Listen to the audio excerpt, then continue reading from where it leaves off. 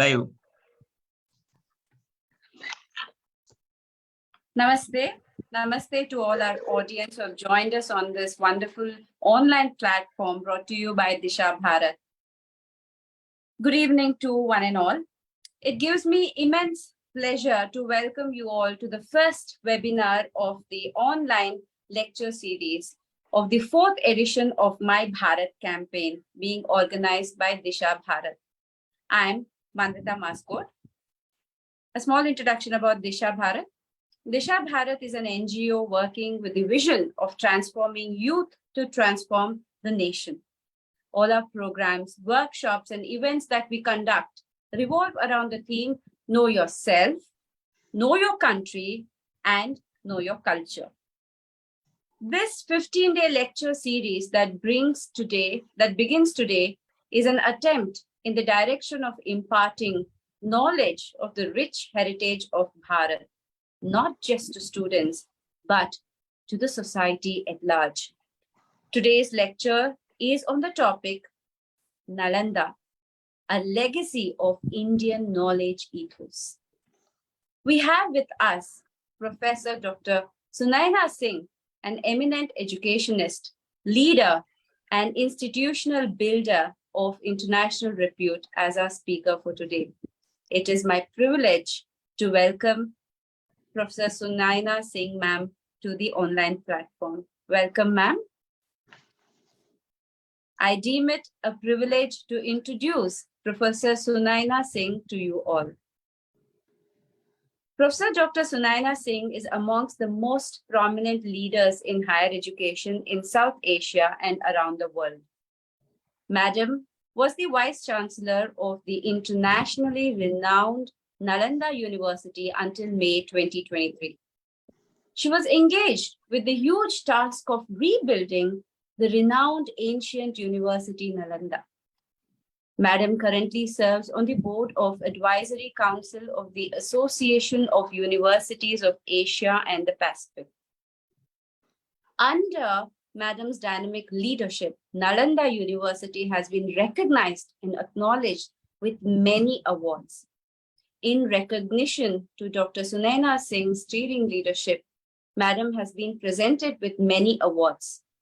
In 2022, Professor Singh has been conferred with Ambassador for Peace Award with Vishwa Kavi, Rabindranath Tagore Award, and many, many more. Today, we invite Madam to share with us her work in Nalanda University. On behalf of Disha Bharat and everyone who have joined us this evening on the online platform through the Facebook page of Disha Bharat, Madam, I extend a warm welcome to you. Over to you, Madam. Namaskar, and I must thank Disha Bharat for this opportunity to speak about our knowledge tradition and the ethos that has traveled down the centuries for over a millennia and continues to dominate the global scene even today, where our spiritual ethos is concerned, where our culture is concerned, where our legacy of peace and harmony is concerned. I think India continues to dominate the world scene. Let me begin by congratulating Disha Bharat for this Bharat lecture series that would perhaps herald a new chapter in trying to understand the emerging new Bharat that we have been witnessing for a couple of years now. Well, Nalanda, you know, the very word Nalanda, na alamda, is indicative. It symbolizes the perpetual, unceasing gift of knowledge. You know, how India has been continually gifting knowledge to the world, to the mankind, let me put it this way, you know, which has been part of our cultural ethos, and we call it Vidyadan. And that is precisely the role of Nalanda. And how did Nalanda happen? You know, if we look at the iconic trajectory of Nalanda, It was to create a single network of epistemic or an epistemic space to share the gift of knowledge, to share the Vidyadan that we believe in. And when did this happen? 1,000 years prior to the worldwide colonization by Europe, the Asian centers of learning, centers of great learning, Nalanda and Takshashila, existed and impacted the world over. It was renowned. Both the centers were renowned for the academic excellence. Nalanda itself was founded by Kumargupta I, also known as Sakraditya, in 427 CE, Common Era, and lasted till 1197 AD when Bakhtiyar Khilji ravaged and damaged it. Now, what happened during these 8 centuries, 800 years that it, nearly 800 years that it lasted? How did it impact us? How did it bring to the fore the knowledge ethos, the legacy of knowledge that India is known for? So I was trying to look at what exactly is ethos. It's the ethos here that we talk about is the fundamental character or the spirit of a culture, of its people, of its mindset. And I think in our collective memory, 800 years after the destruction of Nalanda, it was imprinted in our collective memory for a long, long time. Although our history books carried just 2 lines on Nalanda, that did not deter the collective memory to erase it completely. And that's where we find that the centuries-old civilizational and, the Nalanda, let me put it this way, Nalanda lasted the rise and fall of civilizations, political waves around for more than a millennia, and gave birth to an intellectual culture. That is the legacy of Nalanda. It gave birth to intellectual culture much before the Turks destroyed it. And it is acclaimed for having or housing 9 million books in Dharmgunj, the Mountain of Truth, the library that it had in 7 stories of library, 3 buildings. So seekers of knowledge from across the world thronged to Nalanda, be it from Korea, Japan, China, Sumatra, Indonesia, Greece, Mongolia, Tibet, Nepal, from across the world. And if we look at Xuanzang's memoir, he wrote extensively on the knowledge legacy of Nalanda. He was known, his Sanskrit name was Mokshadev. It's known as Sanskrit Dharma name as Mokshadev. Now, he spoke about the courses that were offered, and the courses ranged from medicine to arts, to philosophy, to religion, to astrology, to psychology, to literature, law, astronomy, mathematics, logic, and Arthashastra, economics. And students and scholars were administered. Today we have an entrance system. There the students were administered by Dwaracharyas. They were known as Dwaracharyas. These were learned Pandits, and a group of Dwaracharyas continued for a week to assess the students. And the students seeking knowledge who came to Nalanda had to go through a series of tasks that were set out for them for a prospective student to get admission. And they had to be well-versed in Sanskrit. They had to be well-versed in Hindu and Buddhist philosophical texts, and had to debate with Dwar Acharyas. The Tark Shastri has been part of our Indian cultural ethos, And that was the unique ancient education system, perhaps the first international university inviting students from across, and they all thronged. The supreme goal for Bharat, if we look at our knowledge tradition, um, the supreme goal of life was self-realization. Hence, the aim of educators has been attainment of a holistic development of its pupil, of its student. And that's where, tatkarma yatra bandhaye, sa vidya ya vimukte. The actions that do not bind us, the knowledge that we have acquired should not bind us to a self, self-attaining character, the actions that do not bind us, and also that education should be such that it should liberate us from our ego, from our own self-attainments as such. So that was very important. So Nalanda took several centuries to evolve.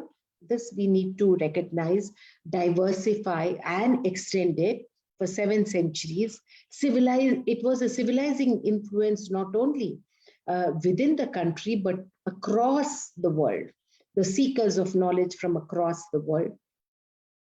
Java, Sumatra, Nepal, China, the seekers traveled, and it transformed the vihara that it had initially into an international university, which could house and impart knowledge to the world.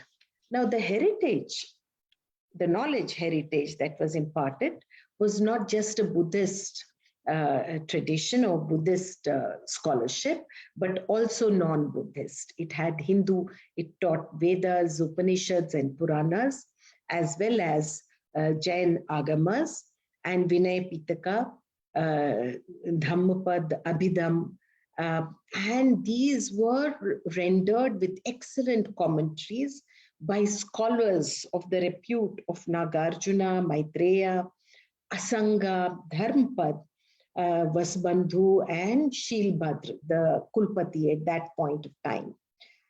So it's very important to look at what was the role of Dwaracharyas, the gatekeepers, the renowned gatekeepers. To my mind, the goal of the gatekeepers was to protect and to retain the Indian knowledge culture, to perpetuate. That was the idea. They were in fact the gatekeepers of Indian knowledge, culture, tradition, heritage, ethos. Anyone was welcome and open to debate and discuss on any aspect of philosophy, religion, spirituality, law, life, economics.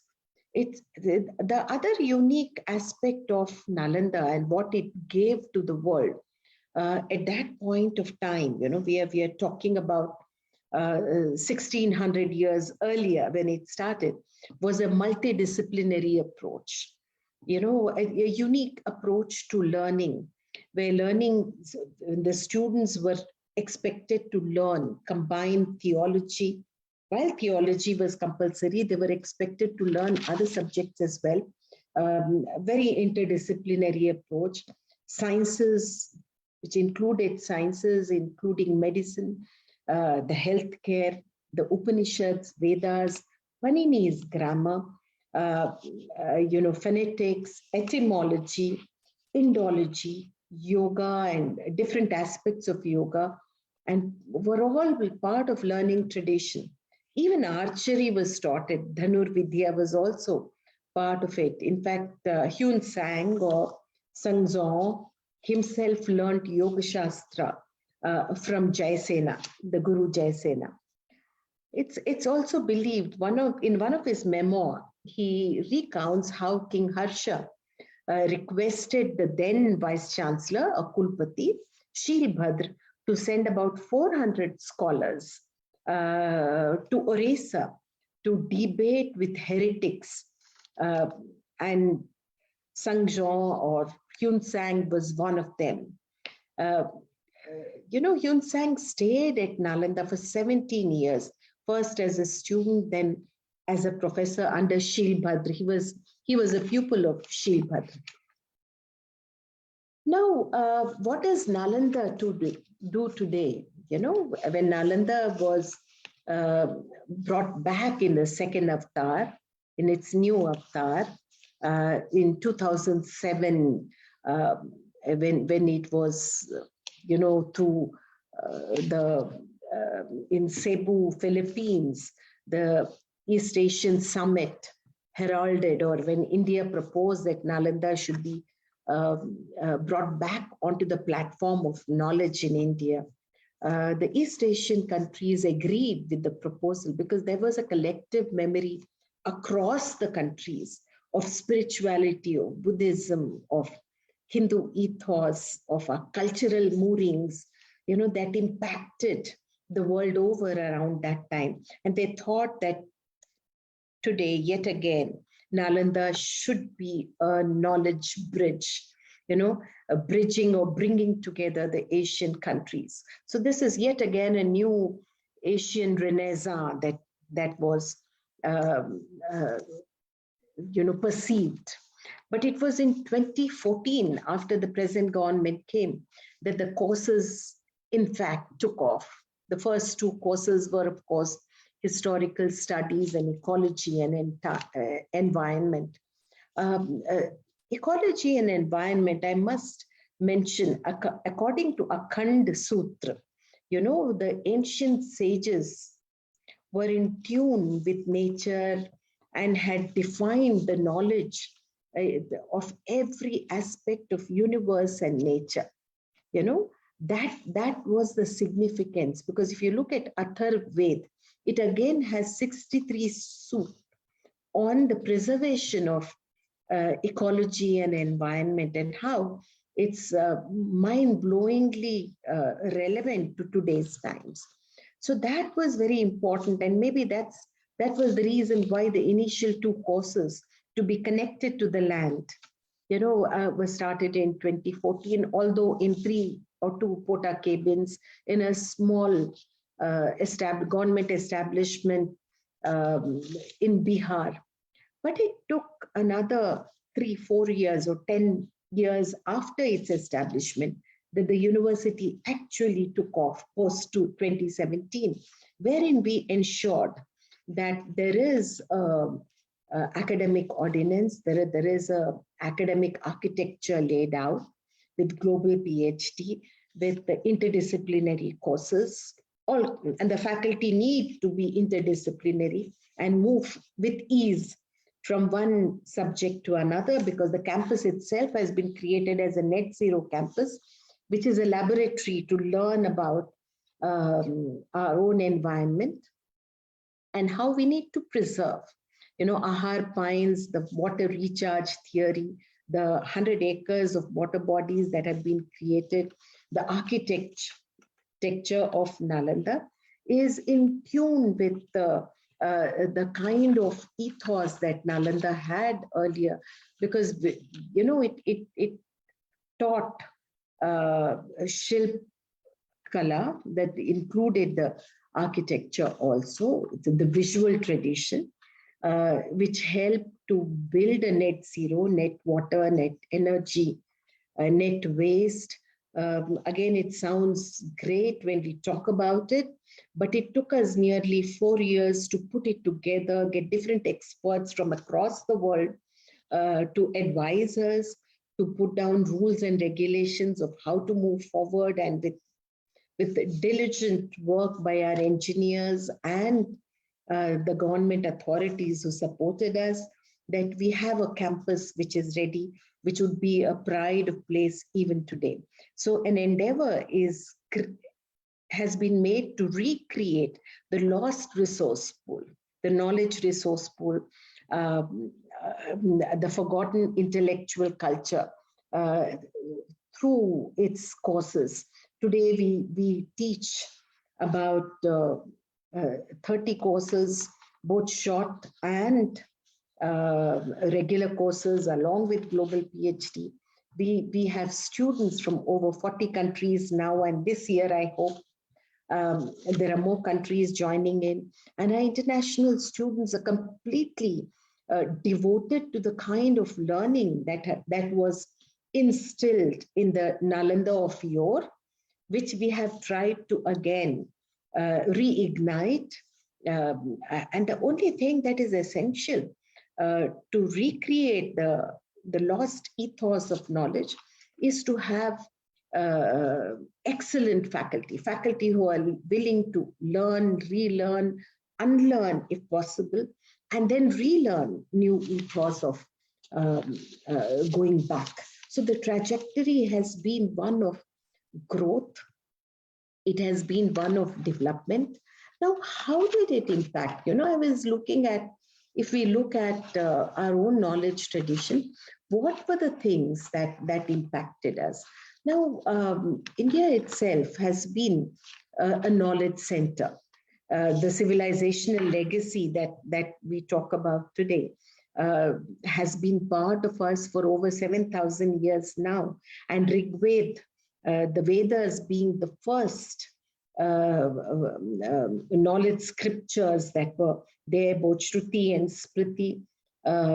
We've had different kinds of literature, compositions, the sutras, the mantras, that helped us grow and evolve as individuals. It's something that's part of our DNA today.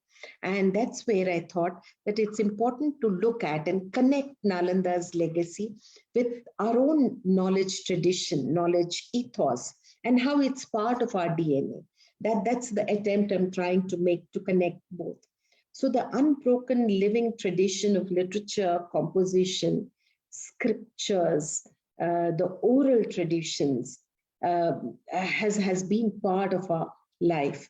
Now, Chanakya, it is Arthashastra, spoke about four types of knowledge. And if we look at it closely, it resonates with what the new education policy is trying to do, and also what we are teaching at Nalanda. The first being, of course, the Anuvikshiki, which is science of strategic thinking. It's a science of inquiry, what we call today critical thinking. And I have ensured that there's a course on critical thinking at Nalanda, because this is something that needs to be connected with all the courses and train our students again to have an inquiring mind, to have a strategic design thinking mindset per se. So it's a science that encompasses logic and philosophy. But because when you talk about Tark Shastra, when we talk about philosophy, it's all about how do we think of it critically? How does it encompass the mankind per se? And the second was, of course, Trai. Trai is the traditional knowledge, that's Vedas in particular, teaching of Vedas, all the four Vedas, and that's very important. The third is Varta, which is wealth creation. He spoke about agriculture, commerce, economics, how it is essential. Knowledge must create wealth. Wealth creation is important for the well-being of welfare of mankind. And last is Dandaniti. So these are the four. Dandaniti is, of course, the polity and public administration. So Anuvikshiki, Trai, Varta, and Dandaniti. And as we move forward, we find the classical literature is often described as Chatur Dasa Vidyasthanas. And these are 14 in nature. Now, these are again the knowledge tradition. And if we look closely at it, it's again part of our DNA. For generations, without knowing it, it's then for 5,000 years, it continues. It's been part of our lifestyle per se. So what are these 14 knowledge ethos that has come down, or what were taught at that point of time, what was defined as knowledge tradition? Are the four Vedas. First is four Vedas, then 6 Vedangas. What are Vedangas? These are the limbs of Vedas. And these are Shiksha. Shiksha is phonetics.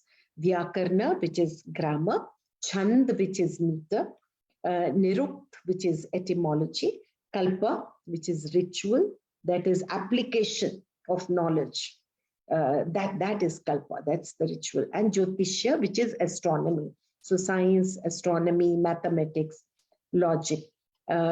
These are seen as auxiliaries of Vedic culture. So that was, so 4 Vedas, 6 Vedangas, Itihasa was taught, was seen as knowledge. This is Ramayana, Mahabharata, Purana, Vishnu Puran, Bhagavad Puran, all these were there. Then, of course, we had the Dharma Shastras, Manusmriti, Yagnavalkya Smriti, Parashar Smriti, and the 6 orthodox darshanas and 6 heterodox darshanas. These were also important because without the philosophical grounding, one cannot learn. And this is where you find what are the 6 darshanas that we generally are imbibed with. And one is Nyaya. Sage Gautama devised the principle of Indian logical system. You know, how do you prepare your mind for philosophical inquiry? You know, this is something that in the Western philosophy is being put differently, and we seem to know more about it than our own philosophical tradition. And I think it's very important to revisit our own resource pool. And 2 is Vaisheshika, the, you know, as a supplement of Nyaya. Then you have Yoga as a supplement of Sankhya. Then you have Sankhya, where sage Kapila brought in this. Then we have Mimamsa. Sage Jamini spoke about the ritual section of Vedas, the mantras, you know, how do we apply the mantras, and Vedantas, which are, of course, the teachings of Upanishads. What was the basic idea of, or the goal of darshanas was removal of ignorance, that is attainment of freedom, liberation, you know, attachment, to remove attachment from our actions. And that was the goal of Nalanda and my work at Nalanda, because we were looking at how to rebuild Nalanda without looking at what personally we could achieve. Because any contribution in the growth of Bharat, in the growth of our knowledge tradition, is a worthy contribution. And while universities, I firmly believe, institutions should always be in expansive mode, just as man is a work in progress, so should institutions be work in progress. Today we have, you know, with the magnanimous contribution or land that Bihar government has given us, and the magnanimity of the central government and our own Honorable Prime Minister encouraging us to evolve. I think within a short span of 5 years, we have a legacy of knowledge that we have tried to re-establish yet again.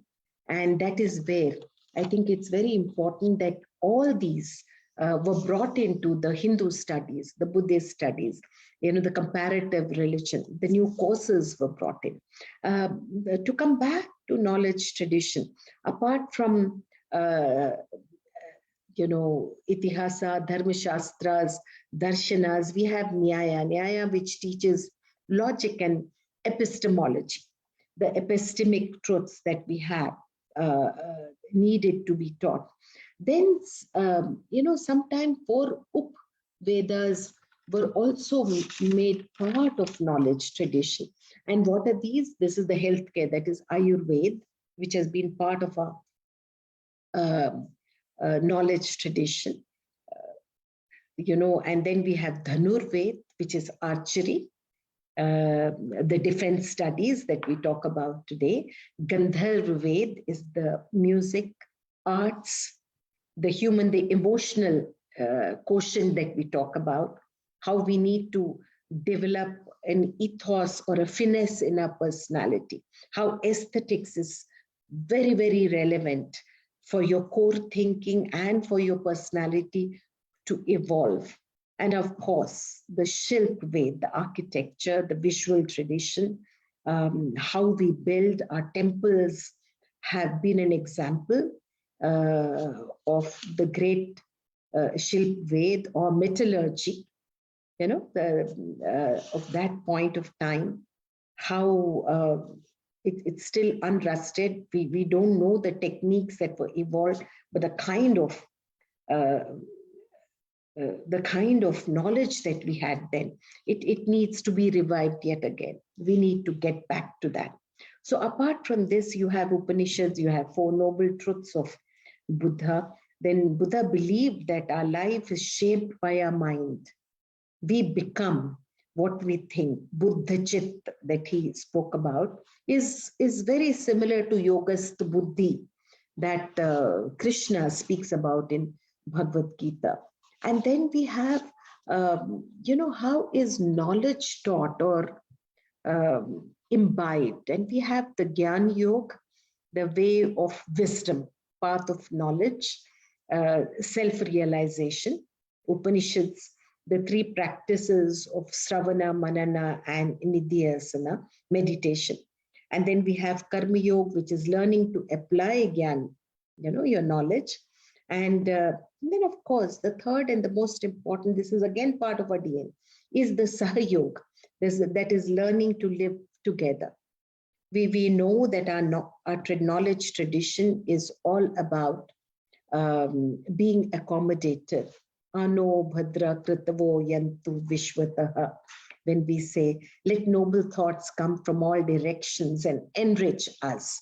That Sahayoga is learning to live together, to be collaborative much before the world learned. This was India's first gift to the world, perhaps. Even today, we talk about world as one family. Sarve bhavantu sukhinaha. When we say that, we are actually talking about how we live cohesively amidst huge diversities. That has been part of our Indian ethos, Bharat culture, which is we have diversity in languages, cultures, faiths, in food, cuisine, in belief systems, in different ways. And then we have always believed that world is one family, Vasudhaiva Kutumbakam, that we talk about. This has been part of our DNA, even today, despite people trying to malign the image of India. I think it defines us through our spirit of world as one family. We still live together in peace and harmony, and that's our biggest spiritual lesson or gift to the world. This is the knowledge ethos. We also find that, when we talk about self-development, how man needs to elevate himself. Bhagavad Gita teaches us in its verse 6.5 about Udharet Atmana Atmanam. Na Atmanam avasadhyet. That is, you need to elevate your own mind through knowledge. Your mind, you need to do that because your mind can degrade if we do not elevate, if we do not rise above the trivialities that today we seem to be trapped in. So mind can be in your own place, your own friend or an enemy. So we need to overcome the trivialities, the trivia that surrounds us, the vindictiveness that seems to be looming large in the world. I think we live in an age of turmoil and transition where the old certitudes have gone. It's a past that's not with us, and a future that eludes us.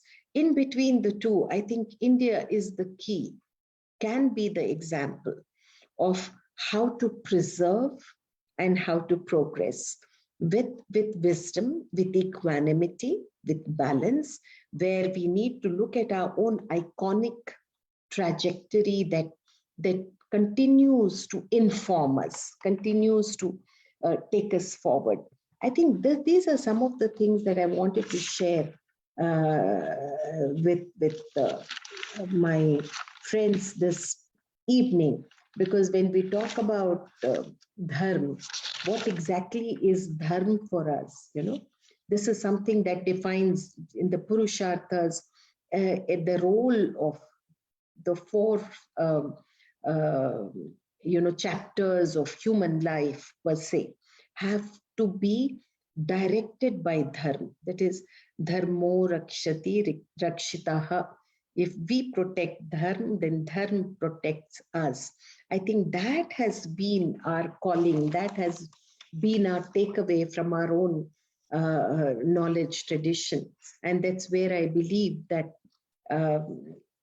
we continue to play a very significant role the world over. APJ Abdul Kalam, I would like to end by saying how Nalanda in its new avatar was also envisioned by our former president of India, APJ Abdul Kalam. And he said it's time to recreate, revive Nalanda. And Nalanda should enlighten citizens of the world and not just India. And that could be done in three ways. One is value-based education.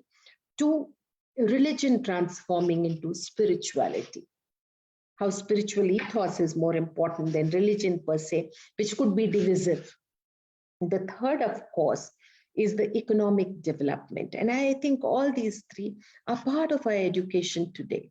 And Nalanda, with its new courses, be it sustainable management and development, be it Hindu studies or Buddhist studies, or world literatures that bring the arts together, bring the sense of aesthetics and sense of purpose, how it's important to humanize mankind through peace and harmony.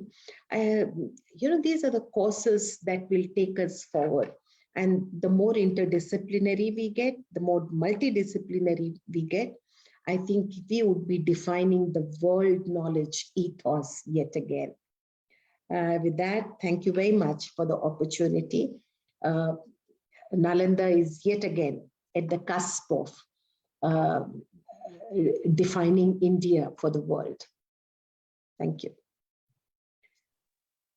Thank you very much, Madam, for this really knowledgeable talk. And you gave a background to Nalanda University. We have read so much about Nalanda University from our history books, but many of us are not really acquainted with what's happening, what has happened, what has been the historical footprint of Nalanda. Thank you very much, ma'am. Yeah. Ma'am, we have some questions. Can we go forward? Absolutely. Thank you, I'm ma'am. ready. There is one. Yeah. Thank you. There is one question. I shall read out the question, madam. What, according to you, is Nalanda's role in bridging the gap between two perspectives that appear to be at crossroads? That is, celebrating diversity versus creating a uniform global village. Celebrating diversity versus creating a uniform global village. Well, that's a very good question. Thank you very much for that. I don't think there is a polarity there, because the concept of global village itself is being erased today. While the world becomes one family, it's important that diversity is part of it, because as we move forward in our road ahead of knowledge, India defines the way we need to look at the world. Is it a global village? I think it's going to be, it's going to be a place.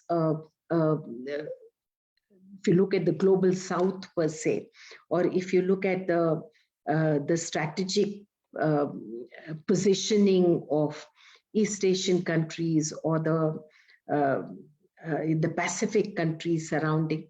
I think we look at it a little differently.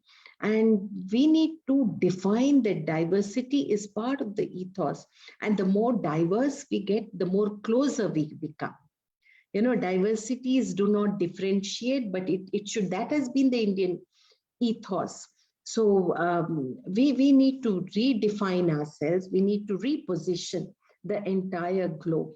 And I think that's happening today. You know, while we move from global to global village, I think we are again moving into a global family, becoming even more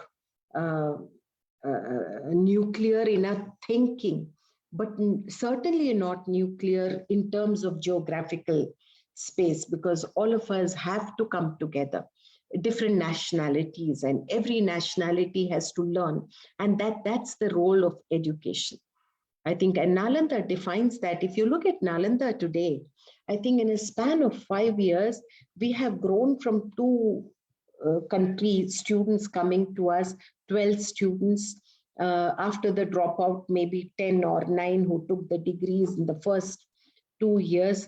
Today, we have more than 40 countries. You know, when I was there last year, we had 38 students from 38 countries. And after 1 millennia, the students were back on the campus. After 1600 years, students are coming back to live on, because that was a residential university.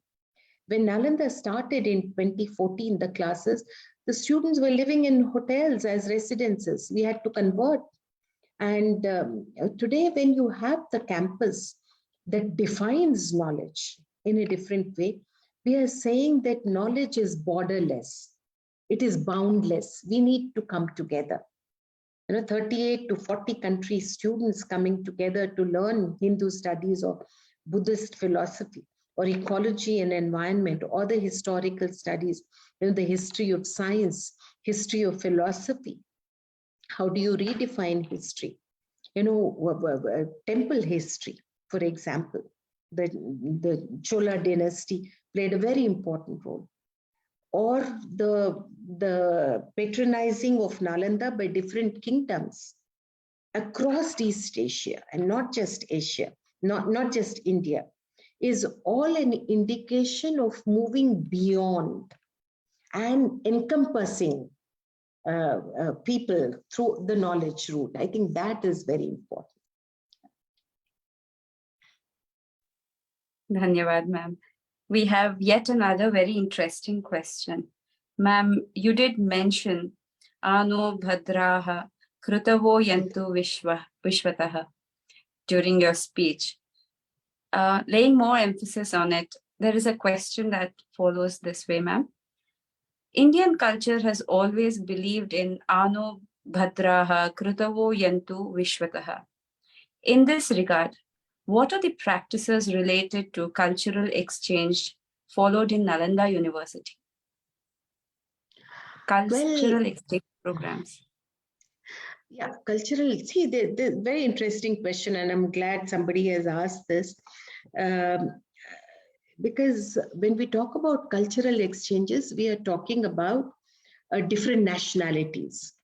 You know, Nalanda is the idea of Nalanda to be revived was supported by 17 countries, you know, members of East Asian countries, member states as we call them. And today, before I left, you know, we ensured that there is a Bay of Bengal Research Center, you know, where we are trying to bring the 7 countries.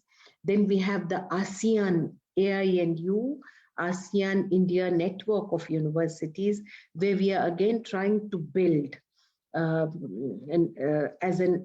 Nalanda as a nodal institution, trying to bind Indian institutions with the institutions of ASEAN. So what I have done is brought in enhanced fellowships from 2 or 5 to 30 now, to 50 ASEAN fellowships. We get 50 fellowships to them. These are again to do with the cultural exchanges for them to come and learn here. Also the faculty exchanges quote you tell, the knowledge sharing, all this happens between BIMSTEC and ASEAN.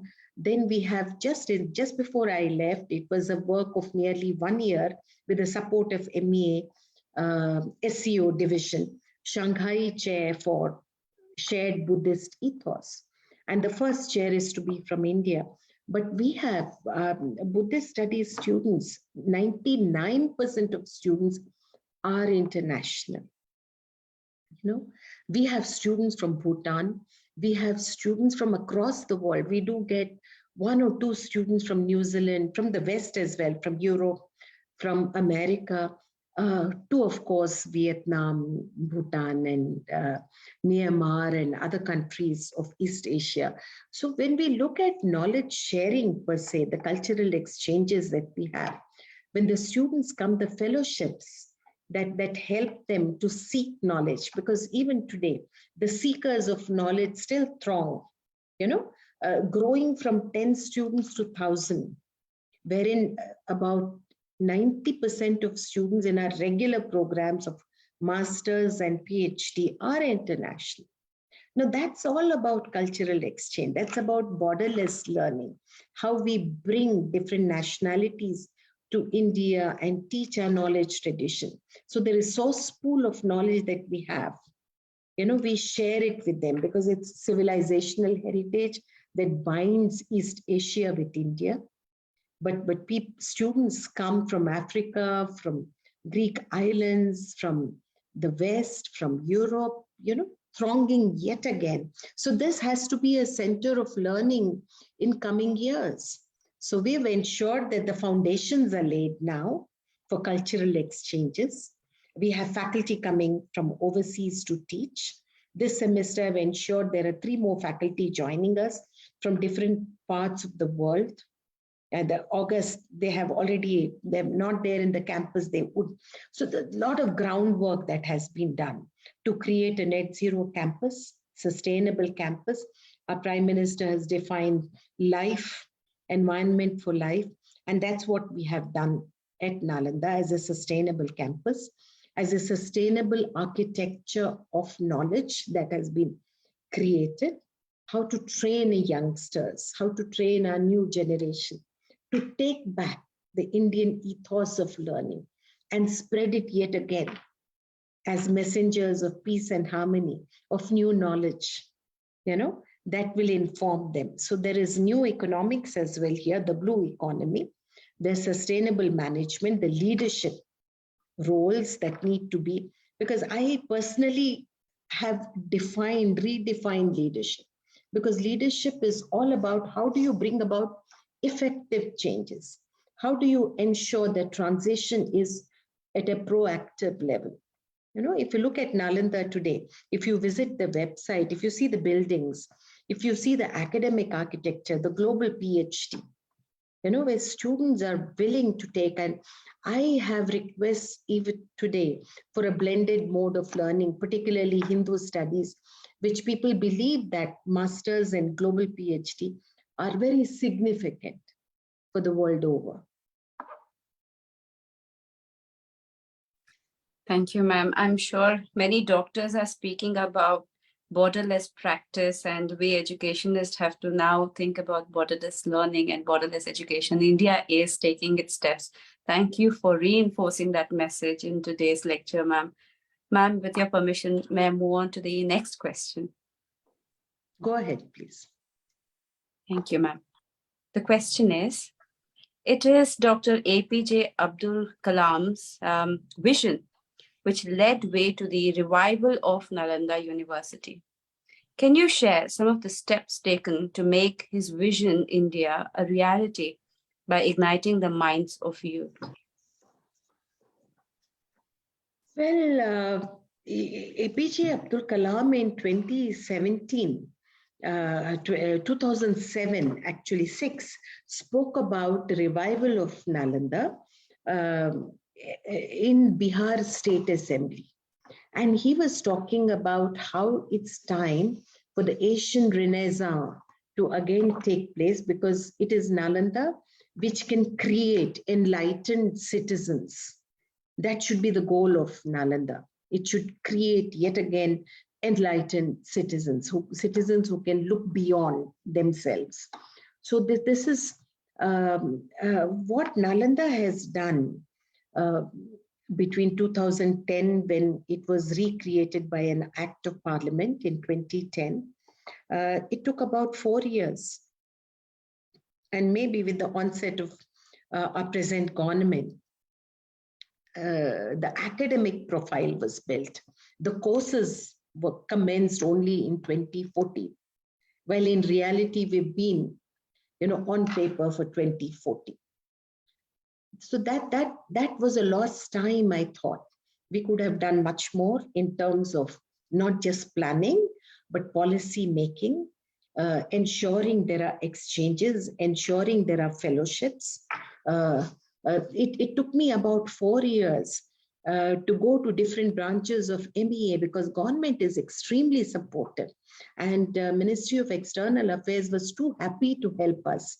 When I thought about bringing or reviving Common Archival Resource Center, bringing together countries and archiving the knowledge that has been there, this again was supported by MEA. So you find that APJ Abdul Kalam's vision to recreate, turn religion into spirituality has been a key game changer.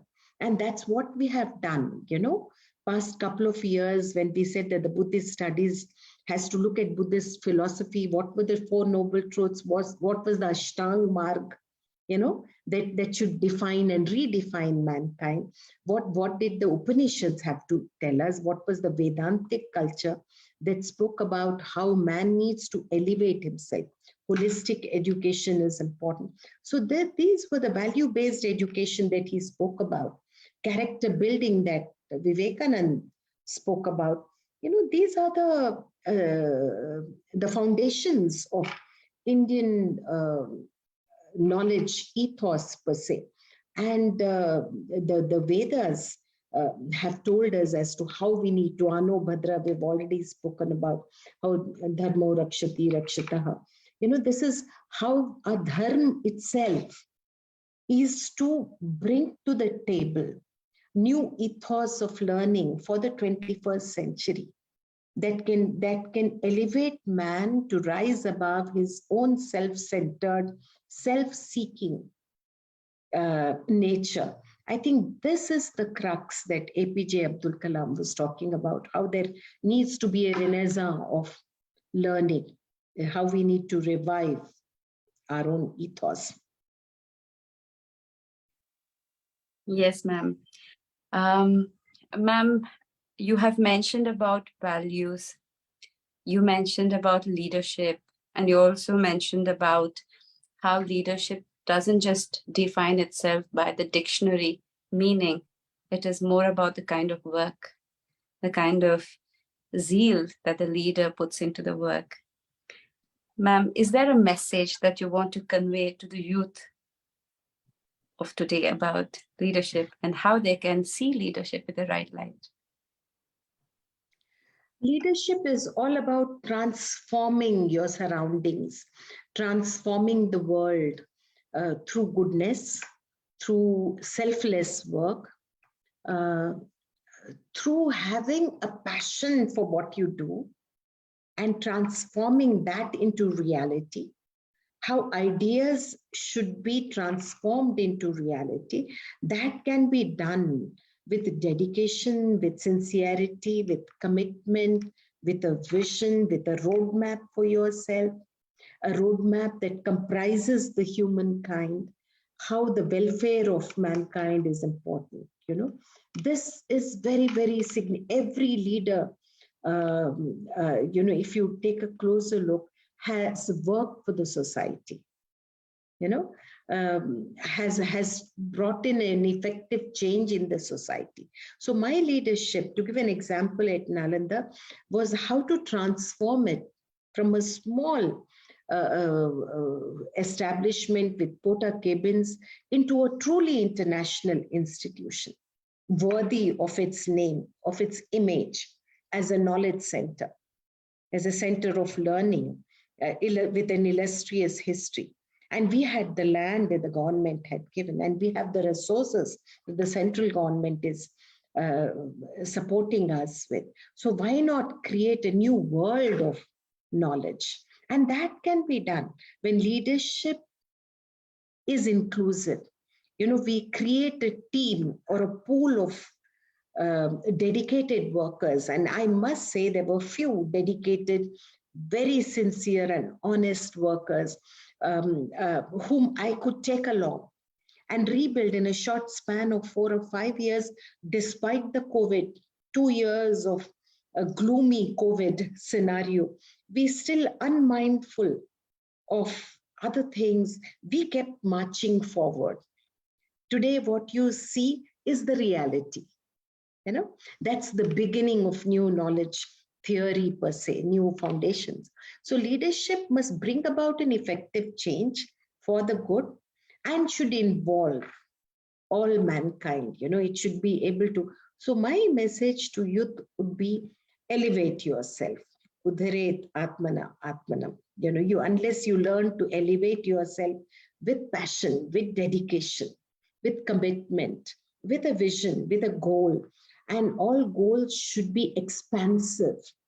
You need to keep on evolving your goals, be expansive. You can't have one goal and be stuck with it. Goals have to keep evolving over a period. Once you attain something, move on.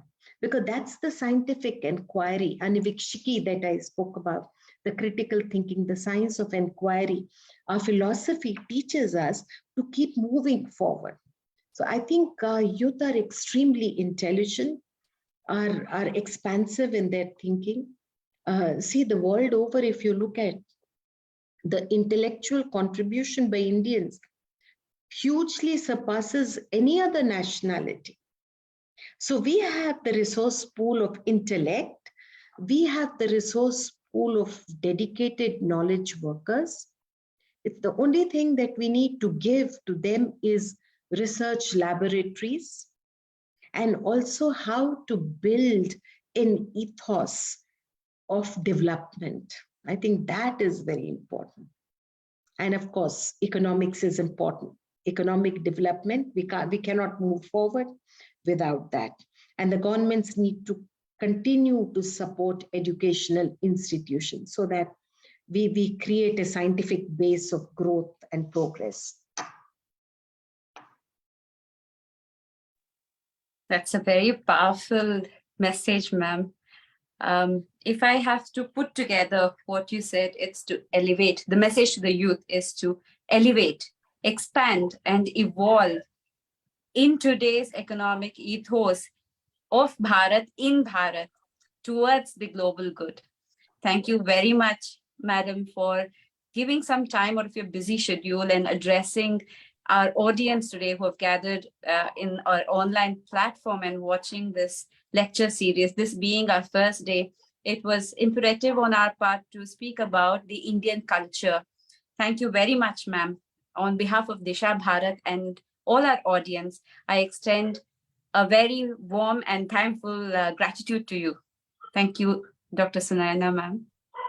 Thank you to Disha Bharat and all to my audience. Thank you. It was a pleasure. Thank you. Namaste. Yeah, we continue our work of developing Bharat. Jai Hind. Jai Hind. Jai Hind. Jai Hind, madam. Yeah. Well, that was a very powerful message to the youth, to the academicians, to students, and to the larger society. Yes, values, ethics, everything plays a very important part, if not today, then tomorrow, and tomorrow is our future. On that note, we come to the close of today's session, but we have many more lectures lined up. Just a small information. We had flagged off the Bharata Ratha today from Bangalore. It will be reaching Puttur tomorrow. I call people who live around Puttur, in and around Puttur, to receive the Bharata Ratha and give your respect to the Bharata Ratha. On screen, you can see the image of Bharata Ratha. with Bharat Mata's picture leading the Rath. Tomorrow we shall continue the lecture series with students' talk in the morning.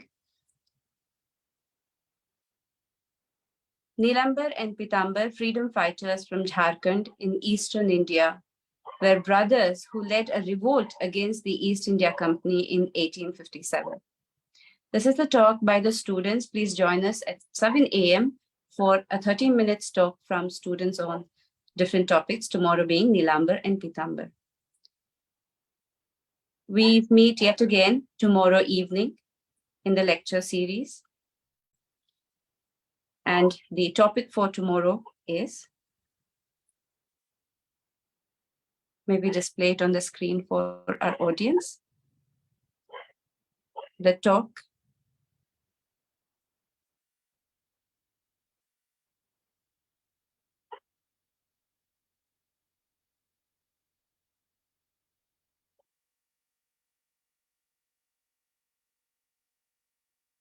Thank you very much. We shall meet you again tomorrow morning. Jai Hind.